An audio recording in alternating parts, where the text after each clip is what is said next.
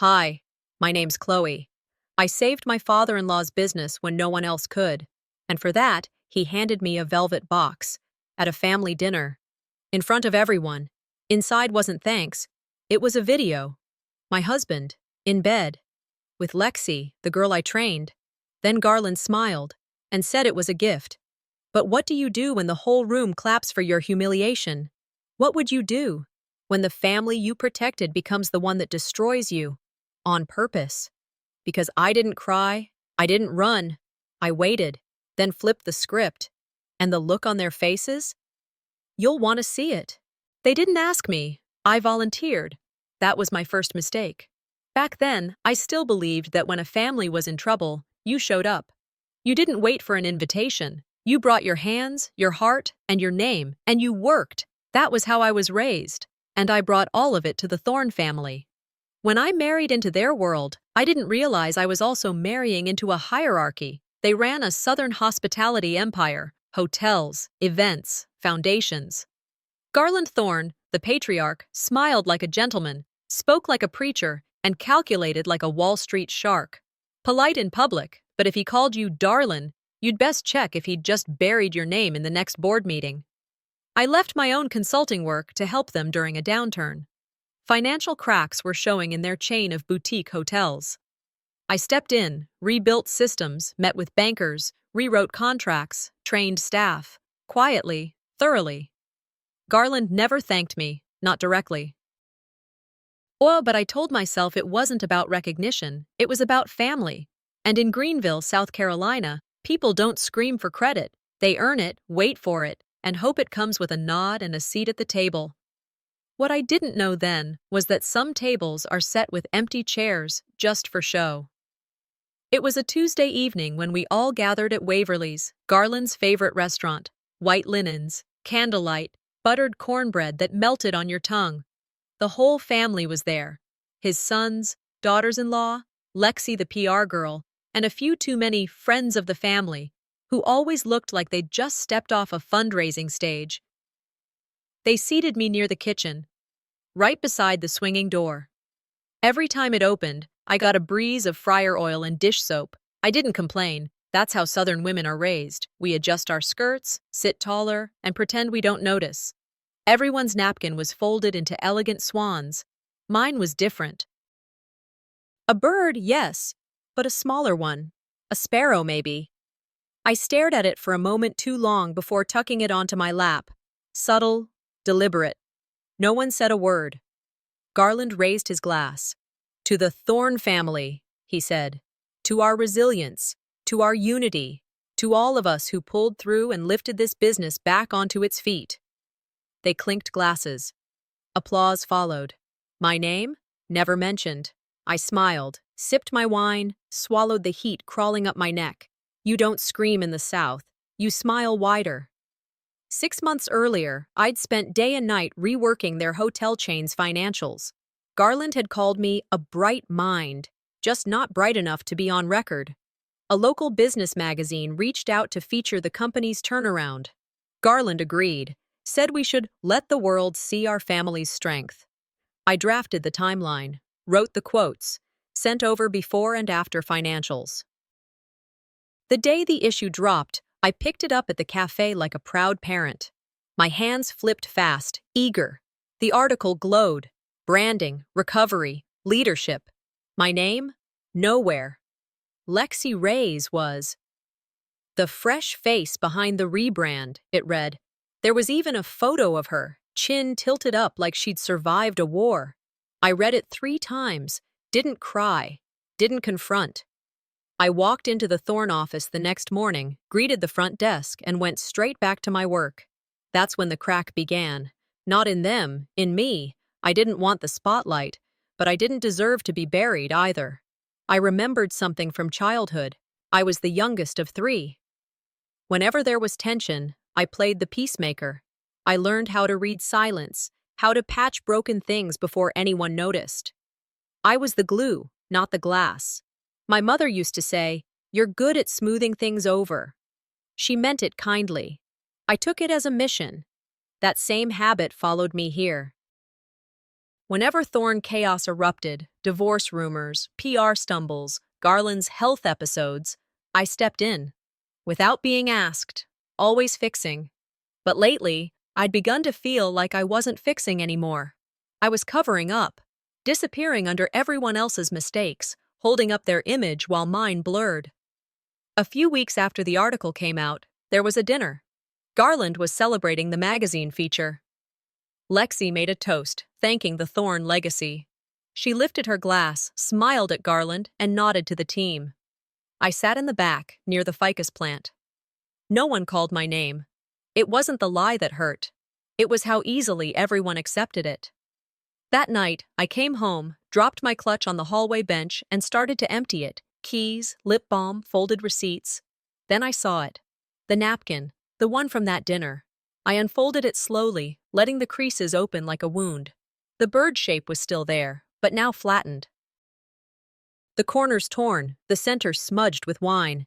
I stared at it under the kitchen light. Somewhere deep in my chest, something shifted. Not loud, not clear, just a crack in the quiet. The napkin was still lying on the counter when I woke up the next morning. I didn't throw it away. I should have. But instead, I folded it again, placed it in the drawer next to the pens that no longer wrote and receipts I never needed. That little bird was already unraveling, so was I. By midday, I got the calendar invite. No greeting, no details, just a subject line. Strategy alignment. Confidential. Sent by Garland's assistant. No agenda, no listed attendees, no time estimate, just a room number and a time, 3:00 p.m. I hesitated. Not because I feared Garland, I knew that man too well. But the vagueness, that's what bothered me. In corporate life, vagueness isn't mystery, it's intent. Still, I clicked yes, not out of eagerness, out of calculation. Thorne HQ was a building of glass. Glass walls, glass partitions, glass smiles, everything see-through except intentions. That part they kept thick. At the front desk, the receptionist didn't make eye contact. Normally, she greeted me by name, offered me tea. This time, she barely looked up from her screen. I scanned my badge. It blinked red. The guard stepped in. "Let me override it for you, ma'am." No apology, just protocol. You don't get excluded all at once. They pull one string at a time until you look down and realize your place is gone. I got to the meeting room at 2:55. Empty. I waited. At 3:10, still no one. At 3:15, Garland's assistant passed by the doorway, did a double take and said, "Oh, I thought you got the update. Garland had to push it. Didn't they email you?" "No," I said. She blinked. "That's strange." I didn't answer. Instead, I opened my laptop to catch up on some project files. The screen loaded, then glitched. Then again, access denied. I tried again, denied. One more time. "Your credentials have expired. Please contact your administrator." That was it. No email, no heads up. "No, thank you for your service." I closed the laptop slowly, packed my bag, and walked out like I had somewhere better to be. There's something surgical about how they erase you. Clinical. Clean. That afternoon, I passed the boardroom on the way out. Inside, the branding team was in session. It was a team I used to lead. Lexi sat at the head of the table. She wore her usual pastel blazer, and that forced humility Southern girls wear when they're about to gut you with a thank you. She held the same pitch notes I had written weeks ago.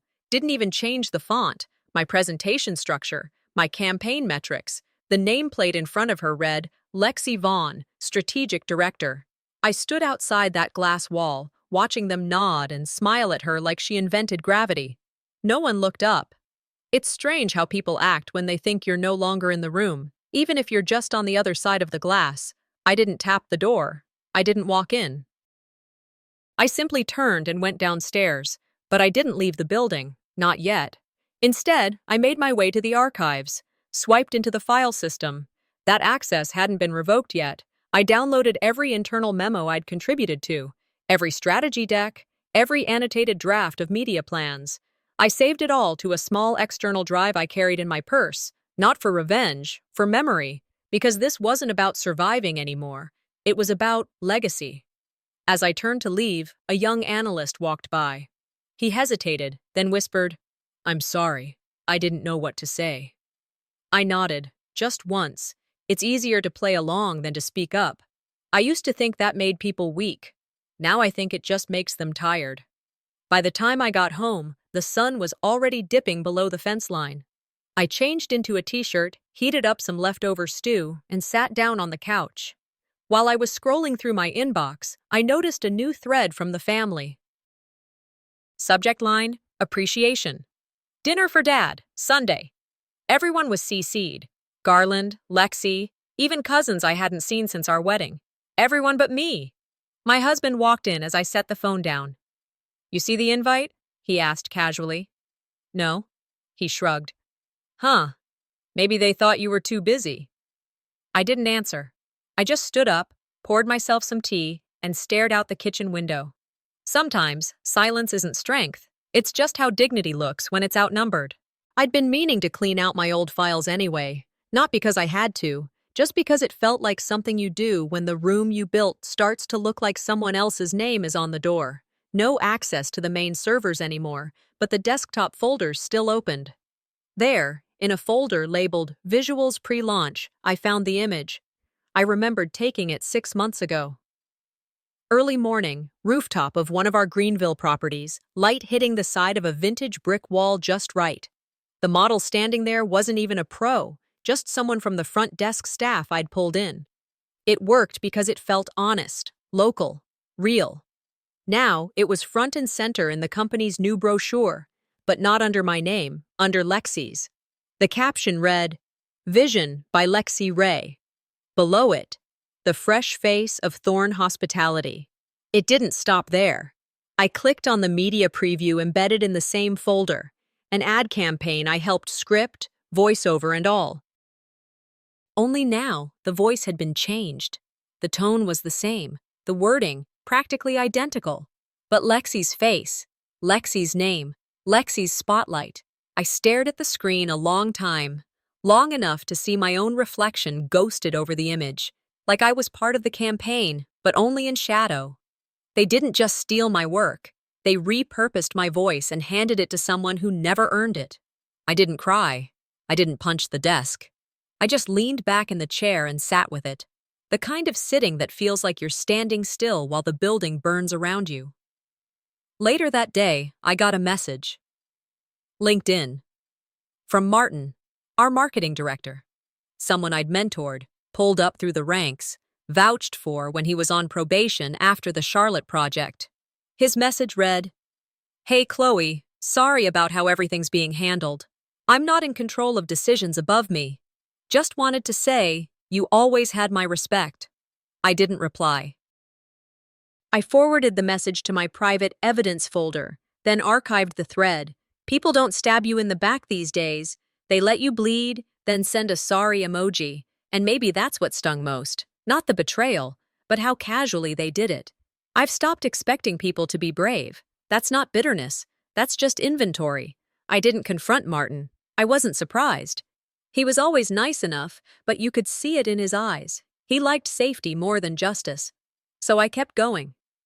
That night, I opened a drawer I hadn't touched in a while. Found an old badge from my last job before Thorn.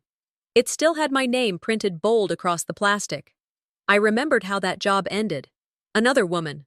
Louder. Flashier. Hired in above me with half the experience. I'd been promised the promotion. I kept quiet to keep peace. Didn't want to cause a scene. Thought I'd earn it next cycle. 2 years later, I was still waiting. Being quiet didn't protect me. It just made me easy to erase. I thought of the intern I'd seen last week at Thorn, shaky hands, bright ideas, already being ignored in meetings. I saw myself in her, and I hated it. I used to think I was keeping the peace. Turns out, I was just rehearsing my own disappearance. That realization didn't come with rage. It came with something worse, regret. So I did the only thing I knew how to do when everything else felt like noise.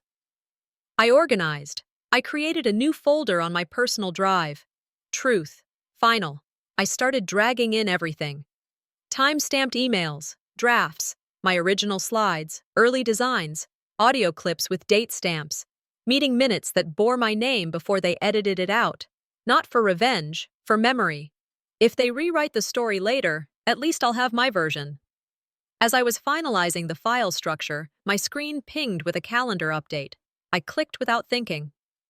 Lexi's recognition lunch, hosted by Garland.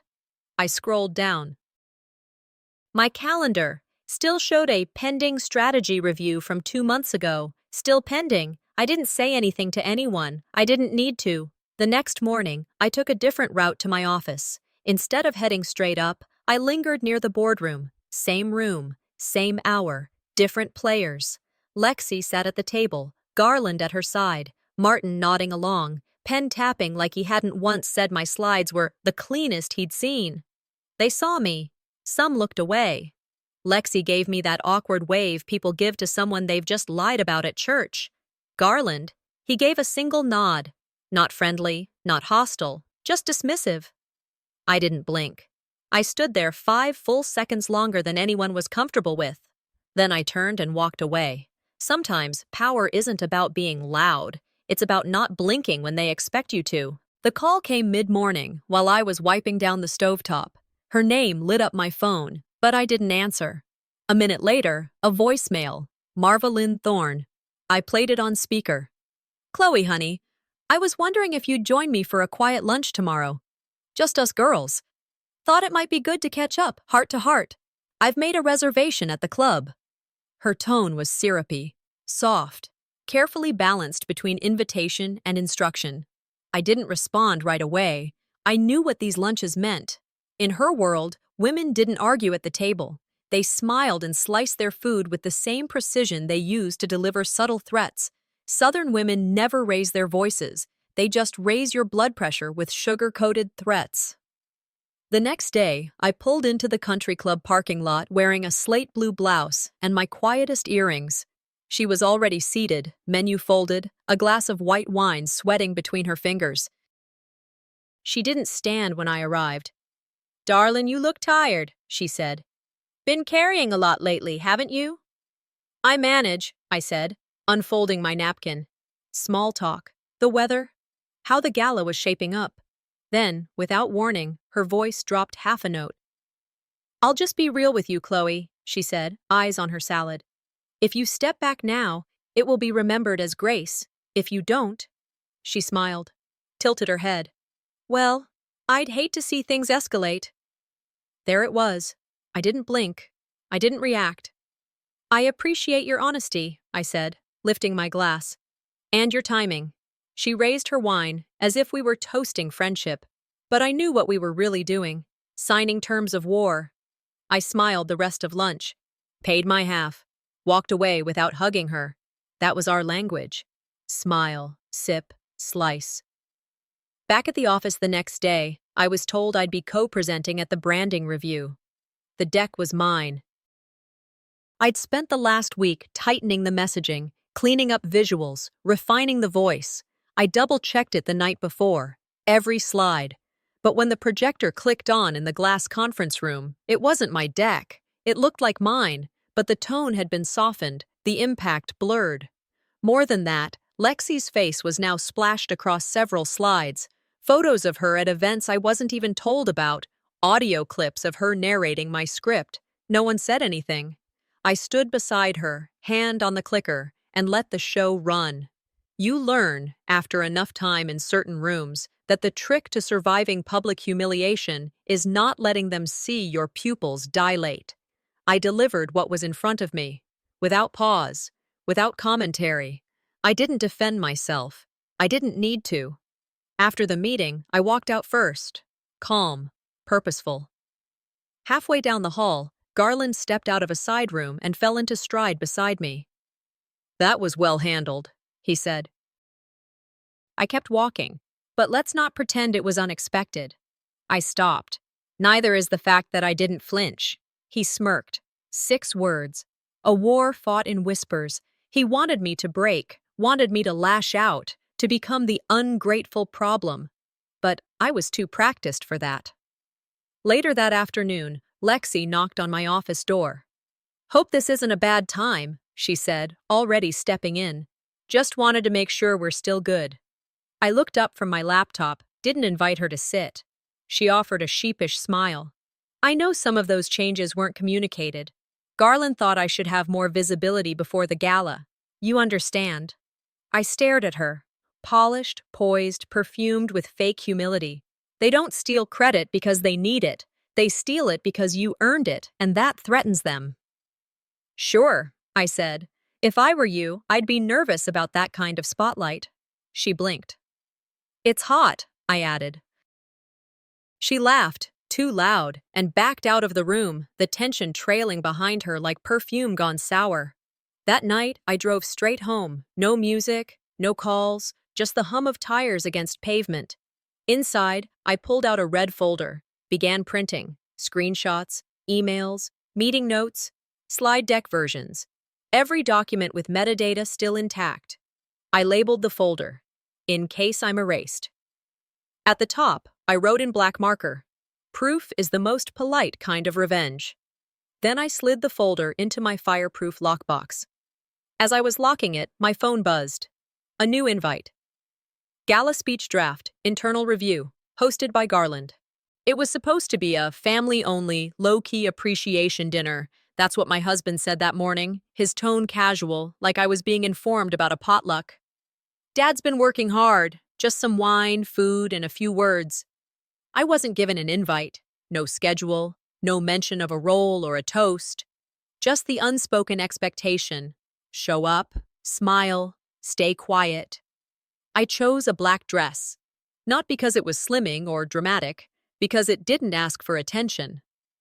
When we arrived at the Thorne estate, the entrance was lined with lanterns and floral columns. Low-key, my ass. There were servers in uniform, a string quartet playing near the hedge wall, and a photographer taking candids like it was a wedding. I walked to the check-in table and glanced at the seating chart. No Chloe, no Brevard. Just a list of first names I recognized and one I didn't. C. Martin.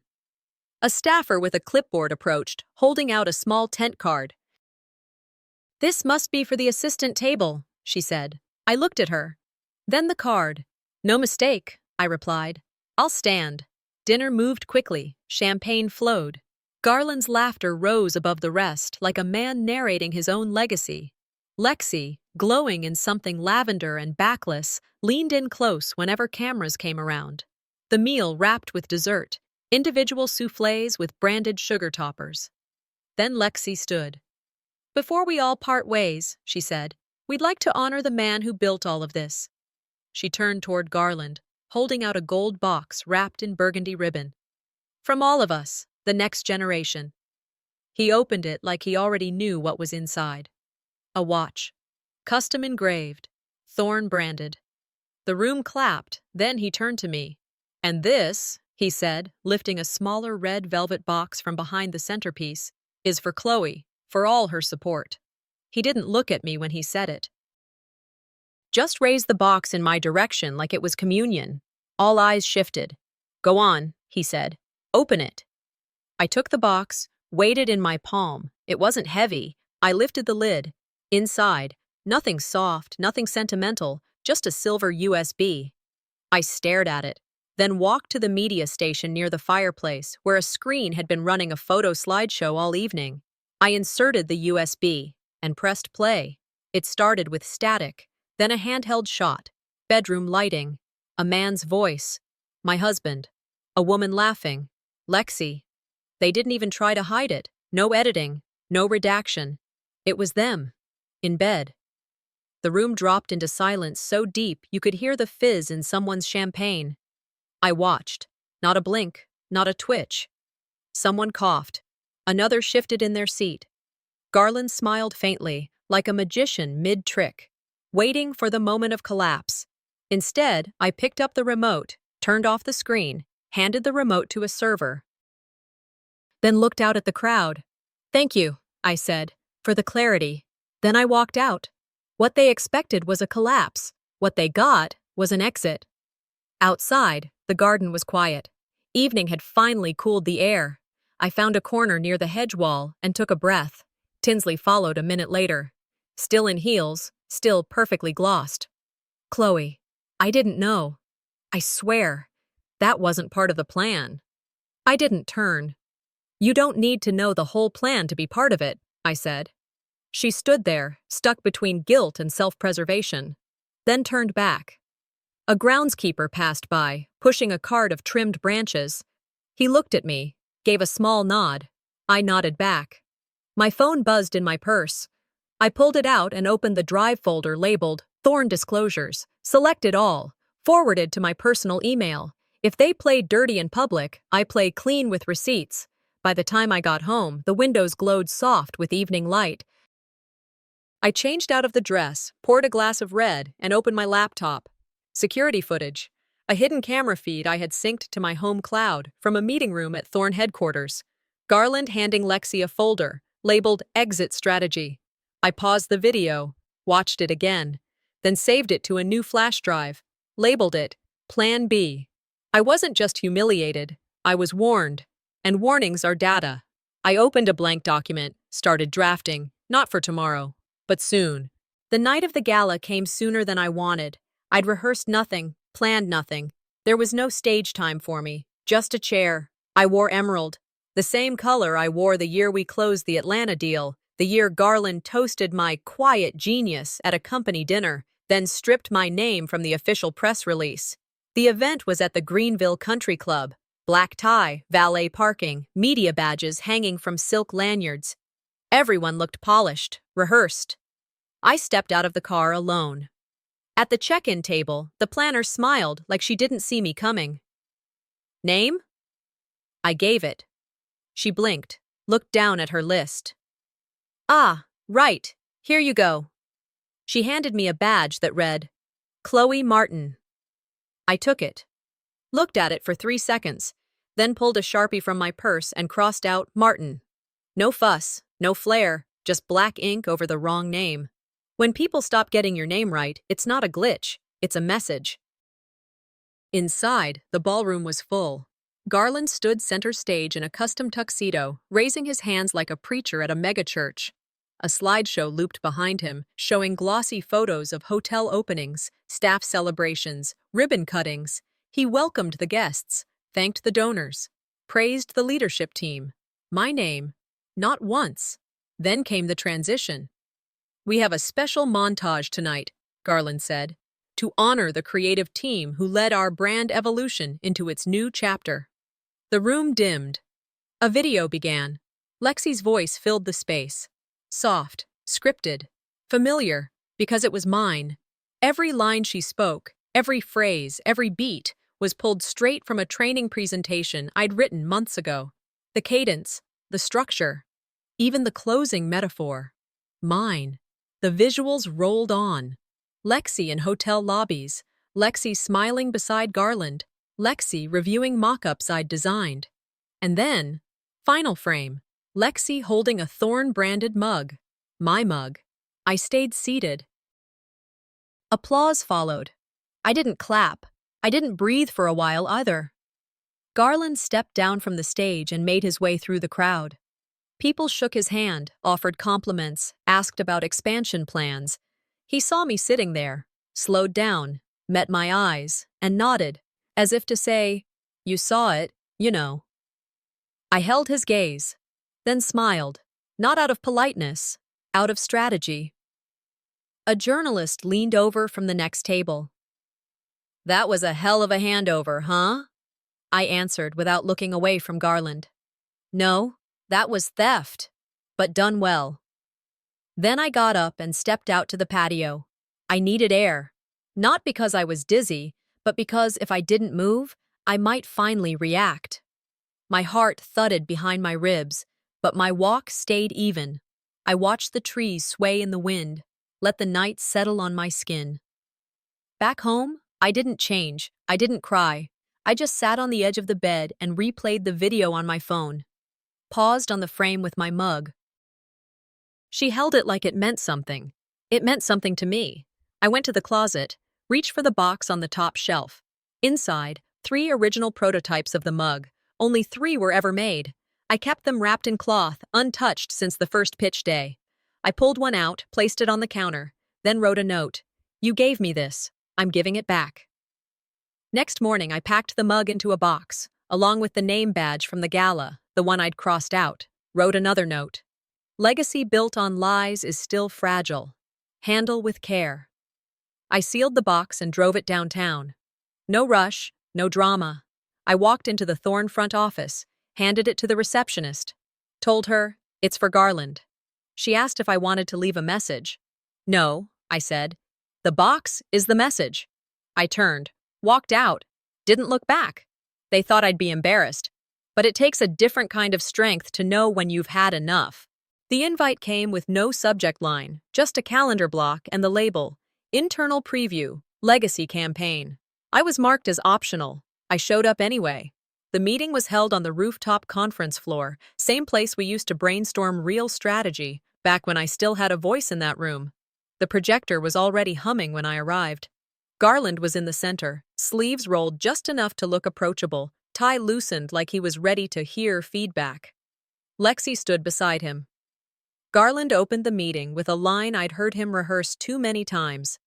Great brands don't just evolve, they rewrite history. He gestured toward Lexi. This is what the next chapter looks like, the face of legacy storytelling. Somebody clapped. Then others followed, all too fast. Lexi turned to me. "You've done enough, big sis," she said with that smile she wears like a name tag. "Let me take it from here." The room chuckled, not loud, but loud enough. I smiled. Shug no teeth, just a soft curve at the corner of my mouth. When someone calls you sis in a room full of liars, it's just another way of saying you've been replaced. I sat down in the back, folded my arms, said nothing, but I was watching. The video played, high production, smooth pacing, Lexi's voiceover, our team's visuals, everything technically perfect, just wrong. As it ended, there were nods, smiles, a few claps. I didn't move, just kept track of who leaned in, who leaned back, who avoided my eyes. The VP of Operations, Bryant, stayed unusually quiet. I waited until the break to approach him near the beverage station. "You signed off on it?" I asked, not accusing, just asking. He didn't look at me at first. Then he nodded. "I never thought it would go this far." "It always goes this far," I said. "The only question is who stays standing." He blinked, stepped aside. I walked away. By late afternoon, I was back at my desk, catching up on emails when a ping hit my screen. A local columnist had published a fresh piece under the business culture section. The title? Rebranding Legacy, Are the Thorns Erasing Their Real Architect? My jaw tightened. The article didn't name me, but it didn't have to. The quotes, the anonymous sources, the references to pitch decks and quiet strategy leads, they pointed only to me. Within minutes, I saw Garland's assistant reply all to the Thorn C-suite chain. Who approved the external communications? Someone panicked. I didn't. I didn't say a word, didn't post, didn't like, didn't retweet. I just let the article float. You don't have to fight for your name when truth starts to speak louder than gossip. My phone rang just after 6. Garland. I answered. Waited. "Chloe," he said, tone clipped but polite. "You should have told me you were planning to leak stories. It would have looked cleaner if it came from us." I breathed once, then answered. "And what would you have given me in return? A seat at the back table again?" He paused. "You're escalating." "No," I said. "I haven't even started." The line went quiet. Then the call ended. That moment was a shift. Not in how they saw me, but in how I saw myself. It wasn't just about reclaiming my voice anymore. It was about making sure they never stole another woman's again. I went home, didn't turn on music, didn't call anyone. Instead, I walked into my office, pulled the red folder from the bottom drawer, and opened it. Everything was there, every slide, every email, every approval stamp. I organized them in the order they'd tried to erase them. Then I opened a new document, outlined a speech, not for revenge, but to redirect the narrative, not to scream, but to make sure the final words were mine. After that, I called my lawyer. We updated the clause. My holdings. my exit conditions. Then I pulled out the gown I planned to wear to the gala. Navy. Simple, unforgiving. I hung it up. Not just a dress. A signal. They called it a story. I called it a setup. Tomorrow it becomes history, on my terms. I walked into the gala 10 minutes late. Not by accident, not from traffic, on purpose. I wanted the room to be full when I arrived. I wanted the hum of conversation, the tilt of heads, the whispers hiding behind flutes of champagne. The moment people look up, nudge their neighbor, and say, "She's here." Emerald, that was the color. The same one Marva Lynn once said was too bold for a daughter-in-law. I wore it like armor now. The fabric caught the lights just enough. The check-in table didn't have a name tag for me. I didn't need one. As I stepped into the ballroom, two women near the entrance leaned toward each other. "Is that her?" one whispered. "I thought the first wife was coming tonight." I kept walking. Bar, water, no alcohol, not tonight. Clarity needed a steady hand. When they forget who you are, make them remember with posture, not protest. The program began. Music faded. Garland took the stage like a man holding his own eulogy. Lexi beside him, glowing like a debutante. "She represents everything we've built," he said, "and where we're headed." She was announced as keynote speaker. The AV team queued her up.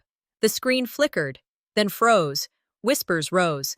The technician on the laptop looked confused, tapped again. The lights dimmed. Then a different video began. It started familiar, same corporate rhythm.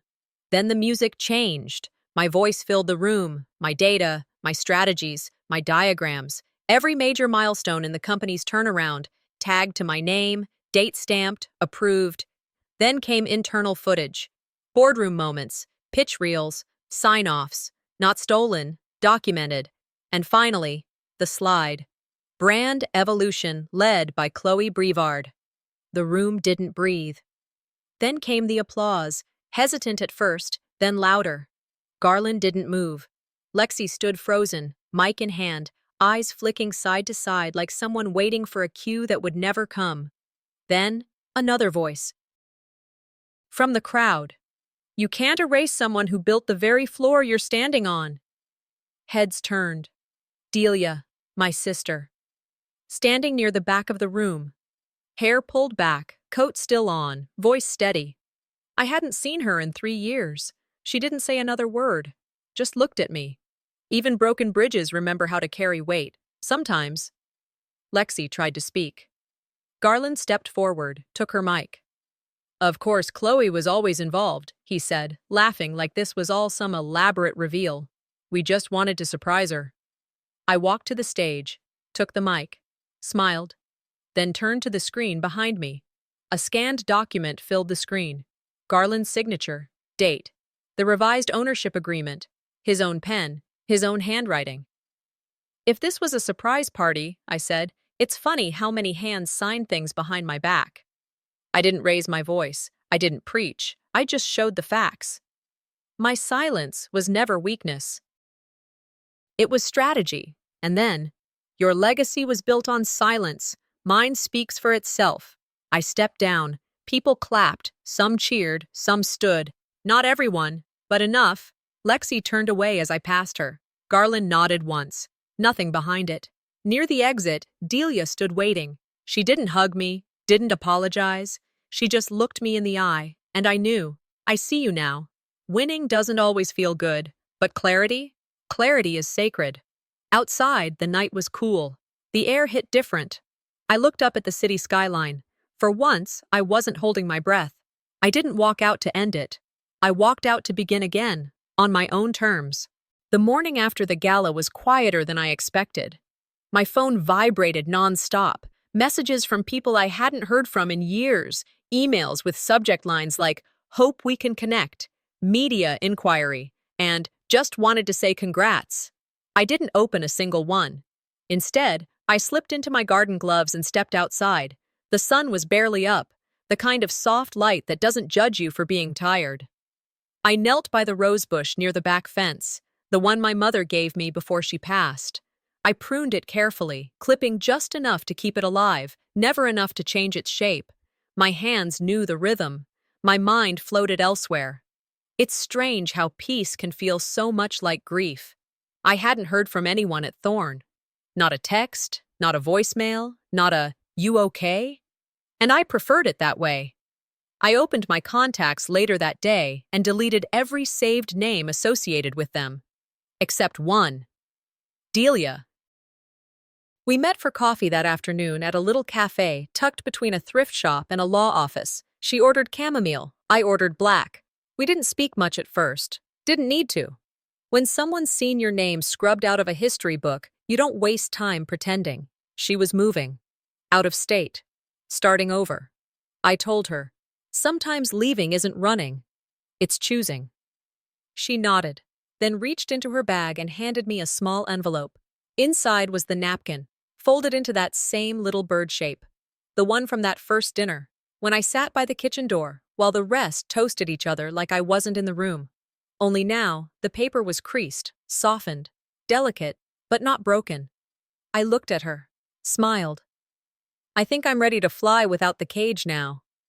We didn't hug, just stood, let that sentence hang there, and parted with a kind of quiet only sisters understand. A few days later, I met with my attorney. Final signatures. Asset separation. My formal exit from Thorn Corporation. Garland tried to stall the paperwork, of course, claimed technicalities, missed signatures, miscommunications. But I'd planned ahead, every clause, every timestamp. The shares were sold discreetly. I sent half the money to a nonprofit led by women who rebuilt themselves after being erased. The rest went into a small venture with no name yet. Just mine on the paperwork. I didn't keep a penny tied to theirs. Some wins aren't about what you take with you. They're about what you refuse to carry anymore. 1 week later, there was a knock on my door. Lexi. No camera crew, no press, just her. Pale, uneasy. She said she was stepping down. Couldn't take the pressure. Couldn't look in the mirror. I let her talk. Didn't offer tea. Didn't offer comfort. She asked me, "Do you think people can change?" I looked at her for a long time. Only if they stop trying to look innocent and start trying to be honest. She left. Not with closure, not with forgiveness, but with something heavier. Accountability. That night, I stood on the porch with a magnolia sapling in my hands, gifted by my neighbor. I repotted it gently, soil under my nails, knees in the dirt. Then I went inside and opened a drawer, placed the red velvet USB box beside the folded napkin. They sat side by side, two quiet reminders of pain and survival. I exhaled, spoke aloud, not to anyone in particular. They tried to write me out. I rewrote the ending. I'm not healed, but I'm growing. And maybe that's all victory ever really looks like.